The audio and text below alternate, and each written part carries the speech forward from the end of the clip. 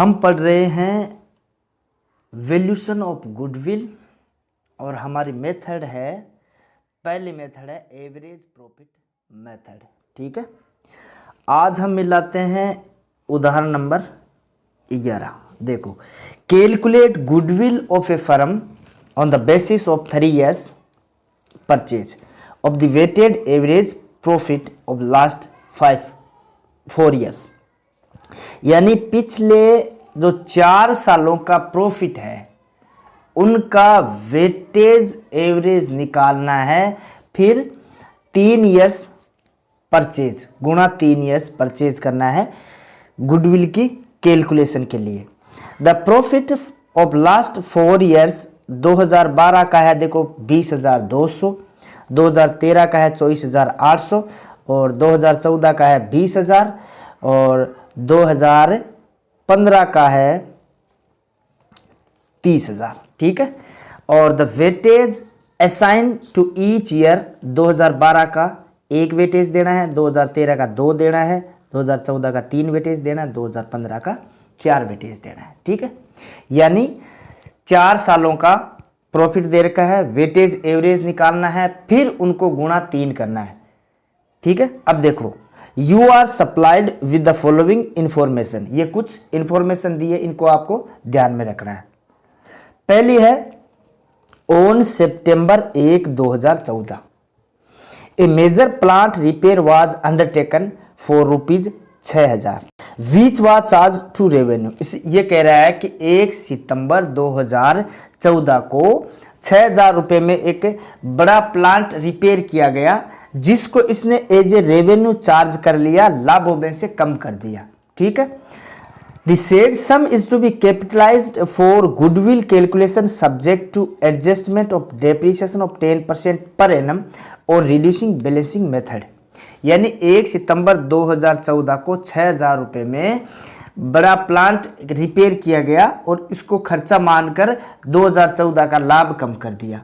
अब ये कह रहा है कि इसको खर्चा रेवेन्यू चार्ज नहीं करना है, रेवेन्यू खर्चा नहीं मानना है, ये कैपिटल एक्सपेंडिचर मानना है, तो 6,000 रुपये से लाभ कम नहीं करना है, पहली बात। तो दूसरी बात, अब ये जो 6,000 रुपये का है, ये प्लांट और मशीनरी का जो हमारा एसेट होता है वो 6,000 से बढ़ जाएगा और उस पर 10% के हिसाब से डेप्रिसिएशन लगाना है, वो लगाना है बैलेंसिंग मेथड से। ठीक है, 1 नंबर पॉइंट। दूसरा पॉइंट में यह कहा है कि the closing stock for 2013 was over valued by 2400। यह कह रहा है कि 2013 का जब ट्रेडिंग अकाउंट बनाया तो क्लोजिंग स्टॉक था 2400 रुपये से ज्यादा वैल्यूएशन किया गया, इसका भी एडजस्टमेंट करना है। तीसरा पॉइंट है to cover management cost and annual charge of ₹4,800 should be made for the purpose of goodwill valuation. और 8,500 रुपये का मैनेजमेंट कॉस्ट, साल की मैनेजमेंट कॉस्ट एज ए खर्चा चार्ज करना है गुडविल की वैल्यूएशन के लिए। तो 3 एडजस्टमेंट हमें करना है। अब देखो, पहला एडजस्टमेंट ये कह रहा है कि 6,000 रुपये का खर्चा हुआ था 1/9/2014 और इसको रेवेन्यू मान के 2014 का लाभ कम कर दिया। तो देखो, एक तो इसको रेवेन्यू नहीं मानना है, तो 2014 का जो प्रॉफिट है, जैसे 2014 का मान लो कि प्रॉफिट है 20,000। ठीक है, अब इसने खर्चा मान के ये प्रॉफिट में से 6,000 रुपये घटाए हुए हैं, तो हमें इनको वापस जोड़ना। पहली बात तो ये, एक तो एडजस्टमेंट ये करना है 6,000 रुपये। अब दूसरी बात ये है कि ये कह रहा है कि ये कैपिटल एक्सपेंडिचर है, मेजर प्लांट रिपेयर किया गया, यानी प्लांट और मशीनरी का, जैसे हमारे बैलेंस शीट में संपत्ति होती है, एसेट्स होती है, तो वहां पर इसका इफेक्ट ये पड़ेगा कि प्लांट और मशीनरी है वो 6,000 रुपये से बढ़ जाएगा। पहली बात तो ये, तो ये एक तो ये 6,000 रुपये जोड़ने हैं, और दूसरा बैलेंस शीट में प्लांट और मशीनरी का बैलेंस है वो 6,000 से बढ़ जाएगा। ठीक है, अब क्या करना है कि 6,000 रुपये पर ये कह रहा है कि 10% के हिसाब से डेप्रीशिएशन लगाना है। ठीक है, तो एक तो देखो कि 1/9/2014 को ये खर्चा हुआ। तो 1/9/2014 से इसका वित्तीय वर्ष खत्म होता है 1 जनवरी से 31 दिसंबर। ठीक है, तो 1/9/2014 से 31 दिसंबर 2014 तक जो डेप्रीशिएशन लगेगी वो 2014 के हिसाब में आएगी। तो 1/9 से 31/12/2014, तो ये आ जाएगी 2014 के लाभ में। तो 1/9 से 9, 10, 11, 12 यानी 4 महीने की डेप्रीशिएशन लगानी है 6,000 पर का 10% गुणा 4/12 यानी कि 200 रुपए। ठीक है, अब एक तो 2014 का जो प्रॉफिट है उसमें डेप्रीशिएशन चार्ज करनी है, यानी 2014 का प्रॉफिट है वो 200 रुपए से कम करना है। एक पहली बात तो ये। अब क्या करना है कि 2015 में फिर डेप्रीशिएशन लगेगी, तो इसने कहा है कि डेप्रीशिएशन बैलेंसिंग मेथड पर लगानी है। बैलेंसिंग मेथड के मतलब है कि जैसे शुरुआत में इसका बैलेंस था 6,000, 2014 में इस पर 200 रुपए डेप्रीशिएशन लगाने के बाद में अब इसका बैलेंस रहेगा 5,800। ठीक है, 2015 में। तो 2015 में पूरे साल का डेप्रीशिएशन लगेगा इस पर 10% के हिसाब से, गुणा 10% पूरे साल का यानी कि 580। तो 2015 का जो लाभ होगा उसमें से 580 रुपए डेप्रीशिएशन के हम घटा देंगे। तो दूसरे पहले का तो ये हुआ। अब दूसरा जो पॉइंट दे रखा है उसको देखो। उसने कहा है कि closing stock for the year 2013 was over valued, यानी 2400 रुपए से क्लोजिंग स्टॉक है वो ज्यादा दिखाया हुआ है 2013 में। अब देखो इसका क्या असर होगा। तो 2013 में जब इसने ट्रेडिंग अकाउंट बनाया था तो इधर तो हम लिखते हैं टू ओपनिंग स्टॉक, लिखते हैं ना, और फिर लिखते हैं हम ट्रेडिंग अकाउंट बनाते हैं तो फिर लिखते हैं परचेज। ठीक है, इस साइड में तो ये लिखते हैं, और इधर हम लिखते हैं बाई सेल्स, और यहां पर लिखते हैं बाई क्लोजिंग स्टॉक। ठीक है, फिर इन दोनों को जोड़ते हैं और इन दोनों को घटाते हैं, जो अंतर आता है वो हम लिखते हैं ग्रॉस प्रॉफिट। ऐसे करते हैं। अब इसने कहा है कि 2013 में ये जो क्लोजिंग स्टॉक है इसने 2400 रुपए से ज्यादा दिखाया है। तो ज्यादा दिखाया तो इसका क्या असर हुआ? इसका असर यह हुआ कि ये जो ग्रॉस प्रॉफिट है, यानी यहां पर 2400 रुपए ज्यादा जुड़े तो ग्रॉस प्रॉफिट है वो 2400 रुपए से बढ़ गया है। ठीक है, अब ग्रॉस प्रॉफिट 2400 से बढ़ा है तो नेट प्रॉफिट भी 2400 से बढ़ा है, और हमें सुधार क्या करना है कि जो ये ओवर वैल्यूएशन के कारण गलत तरीके से बढ़ा है तो हमें वापस घटाना है। तो 2013 का जो प्रॉफिट होगा वो 2400 रुपए से ज्यादा बढ़ा हुआ है। तो हमें क्या करना है कि एक तो 2013 का जो प्रॉफिट होगा उसमें से 2400 रुपए लेस करने हैं, एक तो ये करना है। ठीक है, अब क्या होगा कि फिर 2014 में अगली साल जब हम ट्रेडिंग अकाउंट बनाएंगे तो 2013 का जो क्लोजिंग स्टॉक था वो यहां आके बन जाएगा ओपनिंग स्टॉक। ठीक है, और फिर यहां पर आएगी परचेज, और इस तरफ यहां पर आ जाएगी परचेज, इस तरफ हम लिखते हैं सेल्स। ठीक है, और यहां लिखते हैं हम क्लोजिंग स्टॉक। फिर वही बात इनकी टोटल करके जो अंतर आता है उसको हम कर देते हैं ग्रॉस प्रॉफिट। ठीक है, अब देखो ये ओपनिंग प्रॉफिट, ओपनिंग स्टॉक 2014 का जो है वो 2013 का क्लोजिंग स्टॉक ही तो है। अब 2013 का क्लोजिंग स्टॉक था वो 2400 रुपए से बढ़ा हुआ था, तो ये भी तो 2400 रुपए से बढ़ा हुआ ही है, फिर उसी वही तो यहां आया है।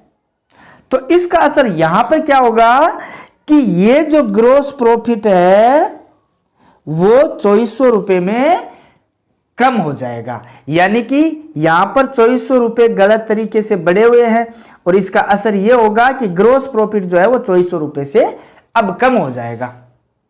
ठीक है, तो हमें ग्रोस प्रॉफिट कम होगा तो नेट प्रॉफिट भी कम हो जाएगा। तो यहां हमें इसका 2014 में हम इसका संशोधन क्या करेंगे कि ग्रोस प्रॉफिट या नेट प्रॉफिट जो कि गलत तरीके से 2400 रुपए से कम हो गया है, हमें उसको वापस बढ़ा देना है। तो 2014 का जब हम प्रॉफिट में संशोधन करेंगे तो वहां पर 2400 रुपए हम वापस जोड़ देंगे। ये हो जाएगा दूसरे पॉइंट का एडजस्टमेंट। ठीक है, अब हमें करना है तीसरे पॉइंट का एडजस्टमेंट। देखो तीसरा पॉइंट में इसने ये कहा है कि to cover management cost and annual charge of ₹4800, यानी ये कह रहा है कि हर साल 4800 रुपए सालाना मैनेजमेंट कॉस्ट के रूप में चार्ज करना है गुडविल की कैलकुलेशन के लिए। यानी 2012 का जो प्रॉफिट होगा उसमें भी 4800 रुपये मैनेजमेंट कॉस्ट के चार्ज करने, यानी कि 2012 का प्रॉफिट भी 4800 रुपये से कम करना है, 2013 का भी कम करना है, 2014 का भी कम करना है और 2015 का भी कम करना है। Calculation of adjustment profit 2012, 2013, 2014, 2015। ठीक है, अब देखो 2012 का प्रॉफिट दे रखा है 20,200, 2013 का 24,800, 2014 का 20,000 और 2015 का 30,000। ठीक है, अब देखो पहले तो मैनेजमेंट कॉस्ट जो 4800 रुपए हर साल चार्ज करनी है तो वो हम घटा देते हैं, यानी 2012 में भी 4800, 2013 में भी 4800, 14 में भी 4800, 15 में भी 4800। ये घटने के बाद में यहां पर रहेगा 15,400, यहां पर रहेगा 20,000, यहां पर 15,200 और यहां पर 25,200। ठीक है, फिर देखो कैपिटल एक्सपेंडिचर था 6,000 का 2014 में, उसको रेवेन्यू के हिसाब से खर्चा मान के घटा दिया, तो उसको हमें वापस जोड़ना है। तो 2014 का लाभ जो 6,000 से कम हो रखा है उसको हम वापस जोड़ देंगे। तो ये तो 15,400 ही रह जाएगा, ये 20 रह जाएगा, 15,200 में 6,000 जुड़ने के बाद में ये हो जाएगा 21,200 और ये है 25,200। ठीक है, अब डेप्रिसिएशन यानी 6,000 का जो खर्चा हुआ है वो एज ए संपत्ति का रूप में हुआ है और 6,000 पर डेप्रिसिएशन लगाना है। तो 2014 में 4 महीने का डेप्रिसिएशन लगेगा 200 रुपए और 2015 में 200 रुपए कम होने के बाद में संपत्ति बचेगी 5800 रुपए की और उस पर डेप्रिसिएशन लगाना है 10% के हिसाब से, तो 580 हुआ 2015 में। ठीक है, तो 2012 का ये 15,400 हो गया या 20 हो गया और ये 21,200 में से 200 कम हुए तो ये बच गया 21,000 और 2015 का बचेगा 24,620। ठीक है, फिर देखो over valuation of closing stock, तो 2400 रुपए से जो 2013 का प्रॉफिट बढ़ा हुआ है तो 2400 रुपए से हम इसको वापस कम कर देंगे, तो ये बाकी तो सेम रहेगा, ये हो जाएगा 17,600। और यही क्लोजिंग स्टॉक अगली साल 2014 में ओपनिंग स्टॉक बनेगा तो वहां पर नेट प्रॉफिट है वो कम होगा, तो हमें इसको वापस बढ़ाना है 2400 रुपए से। तो 21,000 में 2400 जुड़ेंगे तो ये हो जाएगा आपका 23,400, बाकी ये 15,400 है, ये 17,400 है और ये है 24,620। अब ये जो करेक्टेड प्रॉफिट आया है इनका हम वेटेज लेके इनको हम कैलकुलेशन कर लेंगे। अब देखो 2012, ठीक है, अब 2012 में प्रॉफिट हुआ 15,400, इसका वेटेज हमें 1 देना है और 2013 का 17,600 इसका 2 देना है और 2014 का बचा 23,400 इसको 3 वेटेज दे देंगे और 2015 में बचा है 24,620 20, इसको हम 4 वेटेज दे देंगे। इनको इधर से गुणा कर देंगे तो यहां पर आ जाएगा आपका 15,400 और ये हो जाएगा 35,200